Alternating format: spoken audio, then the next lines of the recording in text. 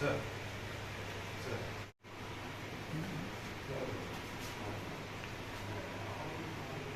कुछ नहीं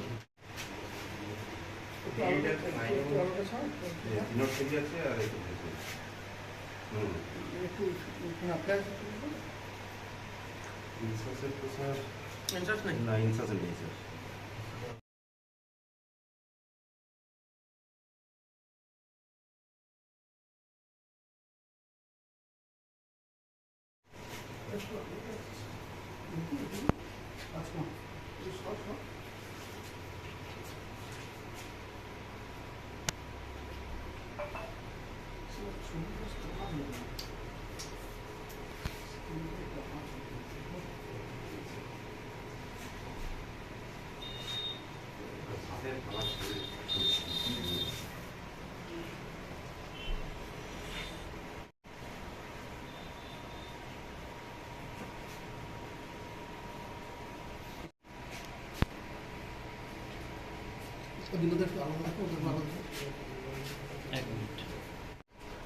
আলো দাও রে ভাই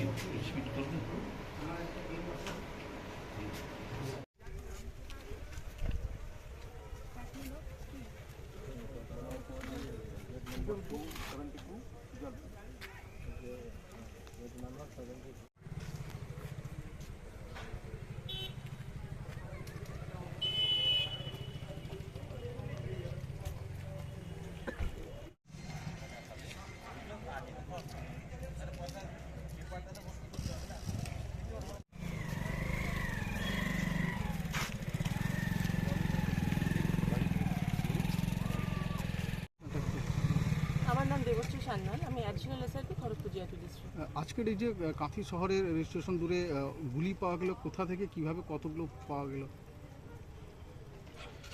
আজকে দুপুরবেলা নাগাদ কনস্টেবল আমাদের খড়গপুর জিআরপি জেলার কনস্টেবল একজন কনস্টেবলের কাছে খবর আসে। খবরটা দেন শিবাস চন্দ্র দাস, যিনি একজন রেলওয়ে ট্র্যাকম্যান। তার কাছ থেকে উনি খবর পান যে ওনার কোয়ার্টারের পাশে যে একটা ছোট্ট পুকুর মতন আছে, সেখানে ওনারা মাছ ধরছিলেন এবং মাছ ধরবার সময় ওনাদের হাতে একটি ব্যাগ মতন বাঁধে, যেটা ভীষণ ওজন ছিল। ওনারা ওই ব্যাগটি খুলে দেখেন এবং তাতে ওনারা দেখেন তার মধ্যে বেশ কতগুলি অ্যামিনিশন আছে। এরপরে আমাদের ক্যাম্প যেটা এখানে আছে, কাঁথি ক্যাম্প দীঘা জিআরপিএস এর মধ্যে, সেখানকার অফিসার এবং ফোর্স সেই ব্যাগটিকে উদ্ধার করে নিয়ে আসে এবং ওটা ভালো করে যখন ফিজিক্যাল ভেরিফিকেশন করা হয়, সেটা দেখা যায় যে ওগুলো লাইভ অ্যামিনিশন নয়। আমরা যখন ফায়ারিং করি তার যে পার্টটা বুলেট আকারে টার্গেটে গিয়ে ধাক্কা মারে, সেই বুলেটের অংশগুলি।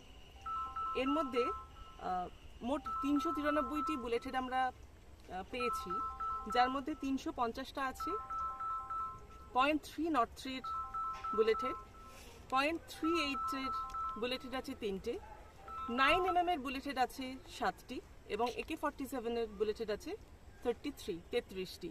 মোট 393টি বুলেটেড উদ্ধার করা হয়েছে এবং নির্দিষ্ট সেকশনে আমরা দীঘা জিআরপিএস একটি কেস রেজিস্টার করেছি। এগুলো প্রত্যেকগুলোই অকেজো বলতে এগুলি বুলেট হেড, অর্থাৎ ফায়ারিং এর পরে যেগুলি টার্গেটে লাগে সেই বুলেট হেড এগুলি। না, এগুলো কি মনে হচ্ছে যেগুলো ফায়ারিং এর পরেই এগুলো মানে উদ্ধার হয়েছে, নাকি এইগুলোকে নিয়ে প্যালেটগুলোকে নিয়ে কি নতুন কোনো বুলেট তৈরি করার পরিকল্পনা রয়েছিল? দেখুন, এগুলো পুরোটাই তদন্ত সাপেক্ষ, কাজে এই মুহূর্তে প্রাইমা ফেসে আমি কিছু বলতে পারবো না। এ ব্যাপারে কি কাউকে জিজ্ঞাসাবাদ করেছেন? এটা সবে এখন কেসটা স্টার্ট হচ্ছে, আমরা নিশ্চয়ই ইনভেস্টিগেশনের সময় বিভিন্ন মানুষকে জিজ্ঞাসাবাদ করব। বলছি এটা এই ঘটনার পর থেকে মানে পার্শ্ববর্তী যে আরও যে সব এরকম ঝোপঝাড় রয়েছে বা ছোট ডোবা রয়েছে সেগুলো থেকে আবার নতুন করে তল্লাশি চালাবেন নাকি?